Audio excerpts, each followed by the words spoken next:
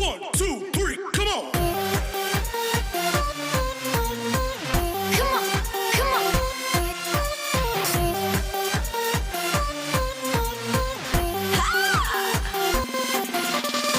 on. This is Jay Chambers. I'm speaking on behalf of Tessavan Wakampo. Welcome to English. All right, today was Monday, June 1st. If you notice, we have the ST, first, because it's June 1st, 2020. This is lesson 13, and today we're talking about space. Now, we're not talking about space on the ground, like I need some space, stay away from me. You know, keep your social space. No, that's not what we're talking about. We're talking about space, like up in the sky, past our atmosphere. The atmosphere is what keeps the air in so we can breathe, all right? It has oxygen and nitrogen, and we can breathe. But outside of that, there's not much. There's some hydrogen atoms, okay? So, if we would go into space without a spacesuit, what would happen? No, you wouldn't start laughing and get the giggles. No, you would die. Because space is very, very, very, very cold, for one. We would freeze. And two, there's no oxygen, so we would, okay? We would cack. Alright, so today we're going to talk a little bit about space and what we have in what we call our solar system. Now, this right here is called the solar system. And solar means the sun. Who can tell me what the sun's name is? Does anybody know? No? Okay, the sun's name is Sol. That is the name of our sun. Now, a sun is a star with planets. Okay? So our sun is a small to medium type star. It's not really, really, really big compared to other stars. But compared to Earth, we could put about 1 million Earths in the sun. So in real life, this would be really huge and Earth would be tiny. Okay? Now, we'll first go on about the planets in our solar system. Solar comes from sol, solar system. Now, there are many, many, many stars in our galaxy. This is just one of them. Our solar system is just one of them. And we've never been outside of it. We have a probe going now towards, just now leaving the solar system. And it's been flying for about 30 or 40 years, I think, or 50. It's been flying a long time. I think it's a Viking probe. Well, anyway, let's talk about the first planet. The first planet is called Mercury. Now, Mercury is right next to the sun, and it has a year. A year means, see this line? This place right here? This is how the planet moves. It's going around the sun. And it's very, very close. And if I remember right, its year is like 95 or 98 days. I can't remember exactly what it is. But it's something really fast. It's under 100 days for 1 year. And this is called Mercury. Now, most of our planets are named after Roman gods who were named for Greek gods. So, Mercury was, I think, god of, not travel, but he had like wings on his feet and he could fly really fast and he'd deliver messages for the gods, okay? Small g, okay, when I say gods. All right, next we have Venus. Venus in Greek god history was Aphrodite, but in Romans it's Venus. Venus is the goddess of love. Okay? So all you guys want to know about this love stuff. Venus is the goddess of love. Venus is, people often say it's Earth's twin because it's almost exactly the same size as Earth. And it's just a little bit closer in to the sun than Earth. But sadly, it doesn't have the atmosphere that Earth does. So if we would go into Venus, we would be melted because it has sulfuric acid as an atmosphere. So if you look up sulfuric acid, it would like melt our skins. We would die. Okay? So Venus is a pretty planet, but it's not a good place to settle. Okay? Next, we have our home. Our home is called what? Earth. Earth. Now, there is... Earth has I believe it comes from the Norse, the Scandinavians. We actually got our name, Earth, means the ground. And it's called Terra. So the old name, the original name for Earth is Terra. Okay, so if you ever hear the Terrans, that's what they mean, humans. They mean us. Okay, the Terrans. When you read the science fiction books, they always call us Terrans. They don't call us Solarians. They call us Terrans. Okay? Now, if you look, our orbit around the sun is a little bit bigger. One orbit is called a year. Alright? So, our year is 365 days. It's actually 364 and a third or a quarter. I can't remember. That's why we have a leap year. It's a quarter. Yeah. Because every 4 years we have a leap year. It's because it's not totally 365 days. Alright? The year is the time it takes to start here and get all the way around. Boom. That's 1 year. Now, while Earth is going around the sun, it's not like just this. It's not just doing this. It's turning too. So if the pin was Earth, it would be going around the sun. And every time it turned, totally one time would be called a day, which is 24 hours. Alright? Day is 24 hours. So, we have the Earth, it starts here, it turns 24 hours, one time 24 hours, and it does that 365 times. Okay? That's the day, 365 days. Got it? Okay, you got to get it, because I am not going over it again. Okay? Next, we have the last of what's called the inner planets. These are the inner planets. And you can't tell on the picture, the poster. It's really difficult to make a poster of the planets because these four are tiny and they're mainly rocky, the inner rocky planets. Okay? We just had a Jinjo just fell out of the air conditioner. They spatted Jinjo at me. He must have been listening about our lesson. Okay, that's good. Alright, next we have Mars. Mars is the red planet. And in Roman mythology, Mars is the god of war.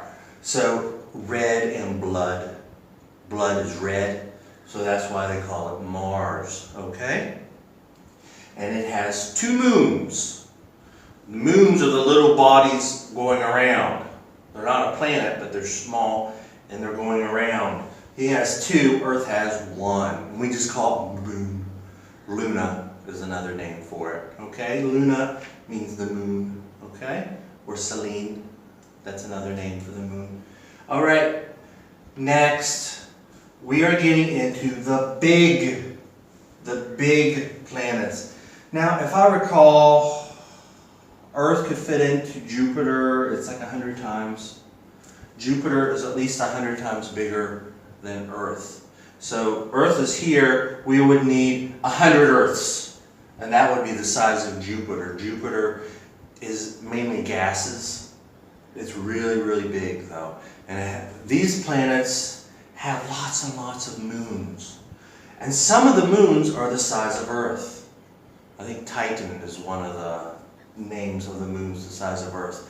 And people want to see if has the same gravity. Gravity means, you know, how heavy we are on the planet. That's why I would want to live on Mercury or the moon, because I wouldn't be nearly as heavy and I could be as fat as I wanted and I could still walk because I'd be bouncing as I walk. Okay? I think the moon has like 1/12 of the gravity of Earth, and it's really nice. Think of vacation on the moon. We'll talk about that later. Okay, so Jupiter. Jupiter was considered the king of the gods. Okay? Now, it'd be Zeus in Greek mythology. He had the lightning. I can't remember what Jupiter did. I'm not real big into the Roman mythology. Okay? Next, we have Saturn.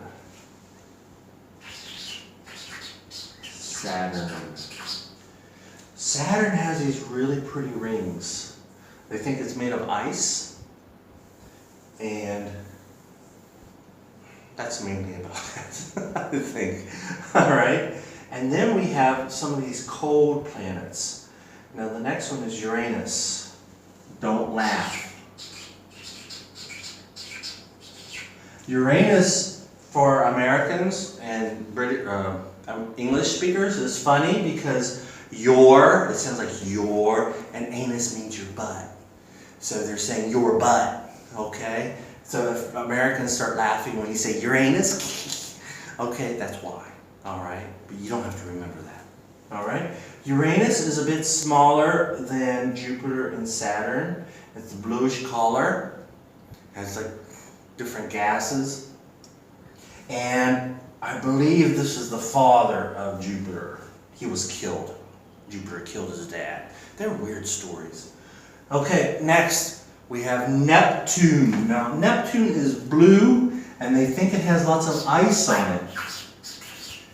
And Neptune is the god of the ocean. So if you look at it, it's blue, and the ocean is water, and it's blue if it's clean.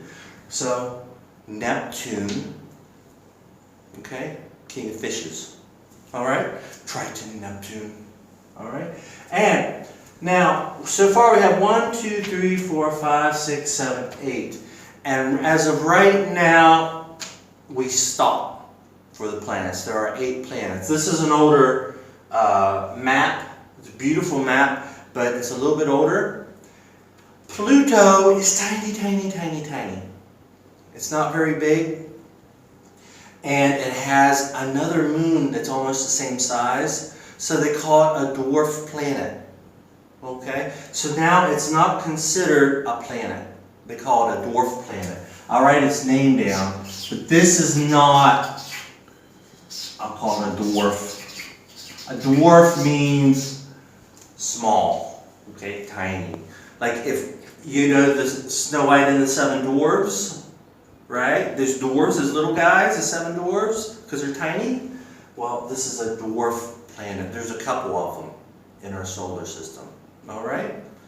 Now, one thing I didn't talk about is right here, in between Jupiter and Mars, there are lots and lots of asteroids. You know what asteroids are? They're not big enough to be moons. They're just big hunks of rock. Okay? And scientists think that when the solar system was being made, The gravity from the sun and the gravity from Jupiter were so strong, it pulled what was supposed to be a planet, it pulled it apart. So it never got together. It never started turning around to make a day. So what we have between Jupiter and Mars is bunches and bunches of rocks. And we think maybe someday the rich and smart people will send maybe mining equipment up to the asteroids and maybe start mining for gold and precious metals. Gold, silver, magnesium, stuff, stuff like that. Titanium. That's an alloy, that's not mine. Never mind. Okay, but anyway, there's a bunch of asteroids in between Mars and Jupiter. Jupiter is the biggest planet, and the sun has the most gravity. It's huge, bigger than anything in the solar system. So they kind of pulled it apart. Okay? That's why it's right here. And it's closer to Jupiter because Jupiter is a lot smaller than the sun. Okay, so this would be the time when I would ask, are there any questions? But I can't talk to you guys because you're on the other side of the telephone, right? Right? You're on this. Okay. All right, so let's talk about a little bit bigger. Just a little bit bigger, okay? I want to give you guys a scope, an idea of how big space is. Now, when people say, oh, there's no such thing as aliens, okay? I usually go, okay, because there are so many of these right here. There's so many stars and there's so many planets. There's got to be something out there. Okay? It would be so boring if all we had were a bunch of moons. Okay? So, for our star is a 1 in about 1,000,000, 4,000,000, billion. I know, I can't remember the number. I used to know the number. I'm a terrible teacher. Anyway, our solar system kind of looks like this. The Milky Way. Okay? Its name is the Milky Way. Ha ha ha. Milky Way. Just like the candy bar, the Milky Way is our galaxy. The galaxy is filled with solar systems and stars. So the reason it looks like this is in the center, there's a bunch of stars very, very close together. Now, our closest star to our solar system is Alpha Centauri, and it's 4 light years away. That means if we traveled the speed of light, which is impossible, because we're not there yet, we would have to travel 4 years at the speed of light. Now, from the sun, light to get from the sun to Earth takes about 7 minutes. So 7 minutes. I'm talking 4 years. That's our closest star, Alpha Centauri. So if you look, right, there's bunches and bunches and bunches of stars right in the center. That's why it looks kind of swirly. And then as you go out, the stars spread out. So if I were to ask you, where do you think our solar system is? Do you think it's really close to the center? We're not close to the center at all.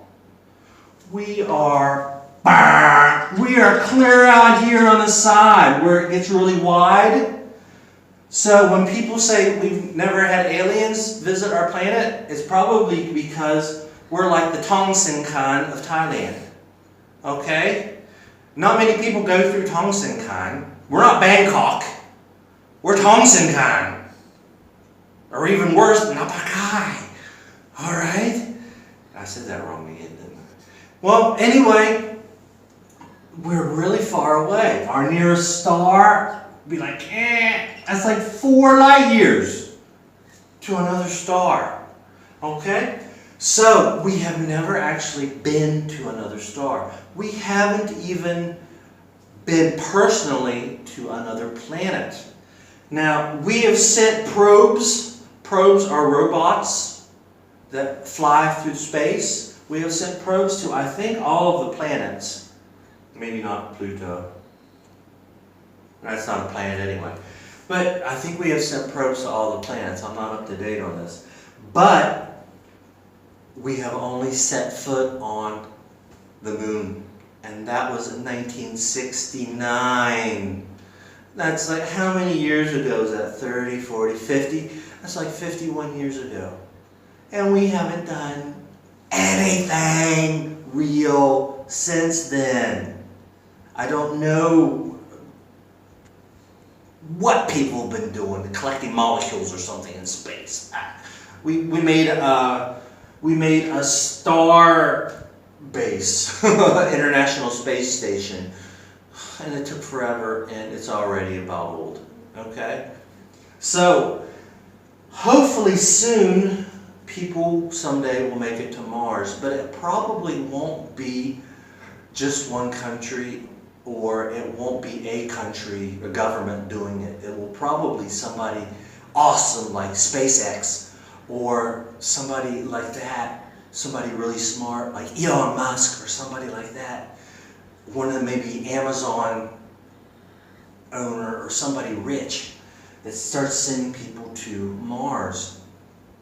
Now, they actually think that we could colonize Mars. Now that's kind of exciting. Now Mars doesn't have very much oxygen. It doesn't have what we need to breathe. But they do think at the very top you can kind of see some ice. And that's mainly what we need, because ice is water. And we can turn water into maybe someday energy, and we can breathe it. Not breathe the water, but you split it and it makes oxygen. Okay? Hydrogen and oxygen. H2O. Okay? So if we had ice, we could probably live on Mars kind of in domes and things. And it's one of the closer planets. Alright? Besides Venus.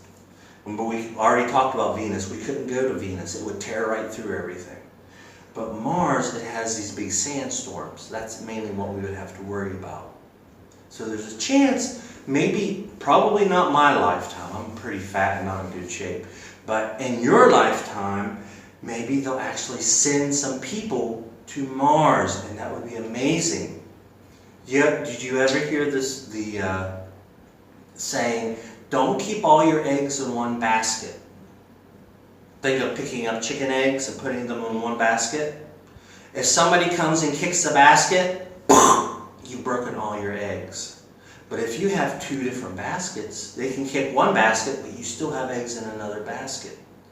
That means if we could put some humans on Mars and maybe start terraforming right here, terraforming. Terraforming means changing the planet to be like Earth or Terra. Okay? If we could terraform Mars and put some people on Mars, if something would happen to Earth, we could go to Mars, or there would at least be some humans left, right? Anyway, a lot of people would disagree with me, but some people would agree with me. I'm not always wrong, just most of the time. All right, so, excuse me. Now, I want to read some of what is going on. I believe it was 2016. I have an article about space tourism. All right, I'm going to read it, and then we're going to talk about some of the stuff. Okay? And it's kind of interesting stuff. Tourism is like when Francs come to Thailand, and they come to see everything. All right? So some people have gone to space as a tourist. And as you can guess, they were rich. Rich. Because it costs a lot of money to go to space. That's one of our problems. I'm not going to go into it. Alright, ready. Space tourism. In 1969, a man walked on the moon for the first time. What was his name? Does anybody know? I'll give you a sticker. His name was Neil, think of your knee, Neil Armstrong. Neil Armstrong was the first man to walk on the moon. He said that's one step for man, one giant leap for mankind. You can look it up on YouTube. It's pretty cool. After this, many people thought that space travel would be available by the year 2000 and that we would all be space tourists. I'm old. I was born in 1977, and we all thought by year 2000 we could do everything. We'd have flying cars, rocket packs to go to school, go to space, and we have iPhones. All right. However, here we are in 2015, and space tourism is still an impossible dream for most of us. This was made in 2015. It is a reality for only a very few very rich people. Ain't that the truth? That's just the way it goes. How would you get to your space hotel? There are no hotels in space yet, unless an alien made it, so we're going to talk about that. In the future, there may be hotels in space for all the tourists. It would take long for the space shuttle to get out of the Earth's atmosphere. Then, without Earth's gravity, you would become weightless. Weightless means you wouldn't have any weight and you'd float. You'd have to swim to get places. But there's nothing to grab onto. There's no water, so you have to push. Arrival at the hotel would be like an aeroplane parking at an airport, but you would leave the cabin floating along the access tube, holding on to a cable. So they would have a line. So we say there's a hotel. This was my beautiful hotel, and you'd have your, here's our little space shuttle thingy. Now they would have a tube, and we'd have a little cable running, and we'd have to pull ourselves on the cable to go from the space shuttle. I'm gonna do this. There, a space shuttle to the hotel. Okay, that would be pretty cool. It would be really neat to be weightless. Okay, the problem with being weightless is we can't do it for a long time because we were put on Earth and we're used to weight. So one of the problems is our bones and muscles atrophy. Our bones ossify? Okay. Well, anyway, our muscles get weaker. So the people that go up to the space station have to exercise a bunch. And the bones get weaker too. So when they come back to Earth, they have to exercise and really work hard because their bodies are so weak. They're not ready for gravity anymore. So that's one of the problems of going into space. If you did it for a week or two, no problem. But if you stay up there for like 6 months or years, then you'd have a problem, right? Okay, fact. The Russian Space Agency offers flights on board a spacecraft to the International Space Station. That's what I was talking about before. ISS is International Space Station, where people could stay. The ISS was built in 1998 and is so big that it can be seen from Earth. Tickets to the ISS are very limited. Isn't that wonderful that Russia's making money off of what all the countries did? Yes. Okay. Okay, what would a space holiday be like? Once in the hotel, you could admire the unique views of Earth and space and enjoy the endless entertainment of being weightless. And there would always be the possibility of a spacewalk. Ooh. Do you know what a spacewalk is? It's when you walk in space. You have to put the big heavy, I don't know if it's heavy, space suit on, and you sound like Darth Vader. The real Darth Vader in movie 4, not the first 3 that don't count as Star Wars. Right? And you float. You'd have to grab onto things, but you'd have a jetpack, so that'd be cool. Okay, fact. The first tourist in space was Dennis Tito. Sounds Italian. In 2001. His trip cost him around 14 million, I think that's euros or pounds. I don't know what that looks like. I think that's euros. 14 million euros. 14 million euros. Wow, that's a lot of money. But he got to go to space, so that's something not many people get to do. So that's really cool. If I had billions of dollars, I'd probably do it too. I'm sure I wasn't going to get blown up. Okay, next, who has already had a holiday in space? In 2006, oh my, Anousheh Ansari became the first female space tourist when she made the trip from Russia to the International Space Station. Anousheh stayed on the ISS for 8 days and kept a blog, an online diary. Parts of her blog are shown here. Okay, this is the lady, Anousheh. I'm sorry, Miss Anousheh, if I'm saying your name wrong. And she's the first woman tourist to go into space. She was in space for 8 days. Okay, now I'm going to read what she says about her blog, what she says. So this is 2006, maybe before many of you were born. Not before me, though. September 25th, okay? Everyone wants to know, how do you take a shower in space? Okay? How do you brush your teeth? Well, my friends, I must admit, keeping clean in space is not easy. There is no shower with running water. They don't have running water because water is like in little globules, like little dots, and if you want to drink, you go boom, and you do that. True, ching ching. Okay, water does not flow here, it floats, which makes it a challenging act to clean yourself. There are wet towels, wet wipes, and dry towels that are used. Now, brushing your teeth in space is another joy. She's being sarcastic. You cannot rinse your mouth and spit after brushing, so you end up rinsing and swallowing. Ooh, you have to swallow your toothpaste. Astronauts call it the fresh mint effect. So you brush your teeth and you go, bleh. Okay, September 27th. Being weightless has some wonderful advantages. You can lift a really heavy object with one hand and move it around with one finger. Alright, something really heavy, you can make it move.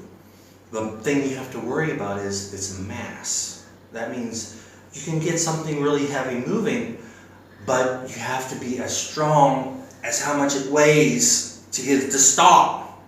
So if teacher threw a bowling ball at me in space, she'd be, oh, this is so easy. Shh. And it would come at me and go and ram me into the wall. Okay? Because you have to be able to stop it. And it's heavy. It's mass.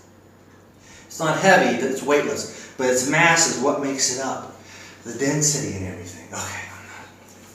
Alright.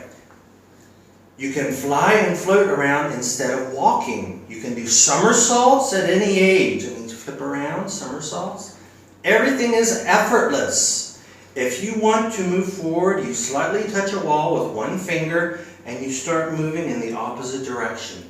If you have left your book at the other side of the module, no problem. You ask somebody close to it to send it to you.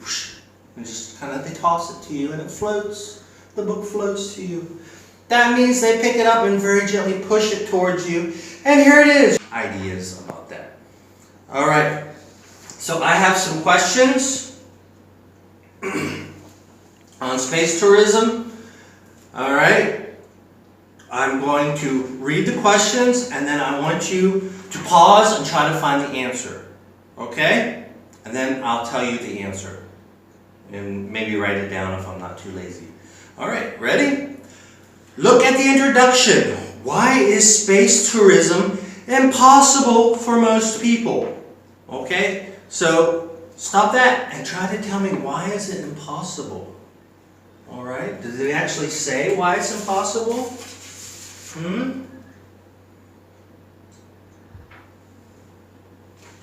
Okay.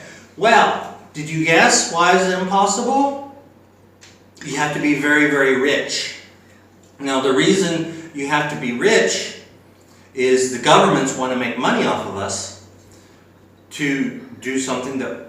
Never mind. I'm not going to get into it. But anyway, there's only a very few rockets, people that can make rockets that go into space. Usually they use them for satellites. And it's a lot more difficult to make a rocket for a person than it is for a robotic satellite. All right? So, there's only a few seats, and they usually use them for the astronauts to do whatever they do in space nowadays. Okay? Did you get that? All right, you got to be rich. I mean, you got to know Russia, apparently, because I don't think America's taking space. Maybe SpaceX will start taking tourists soon. They're very close to, they're going to do it. They're going to take us to space, I think. Go, go, go. How would you get from the spacecraft to the space hotel? All right, pause it and tell me the answer. Okay? Remember the little wire? Here's the spacecraft, here's the hotel. They have like a tube, and then they have a little wire, a little cable you could pull yourself along. All right? That's the answer for number 2. Number 3. Number 3, according to the text, what could you do on your space holiday? Give 2 examples. All right, what could we do on our space holiday? All right. Well, what did you get? What can we do on our space holiday?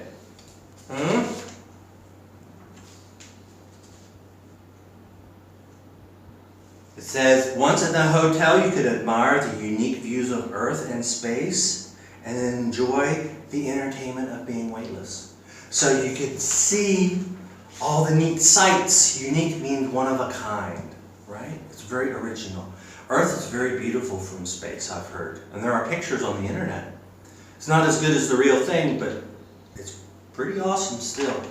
All right, and you can be weightless. It'd be nice being weightless, especially if you're fat like me. It'd be nice not to have to carry all this fat. I know, get on the treadmill. Yeah.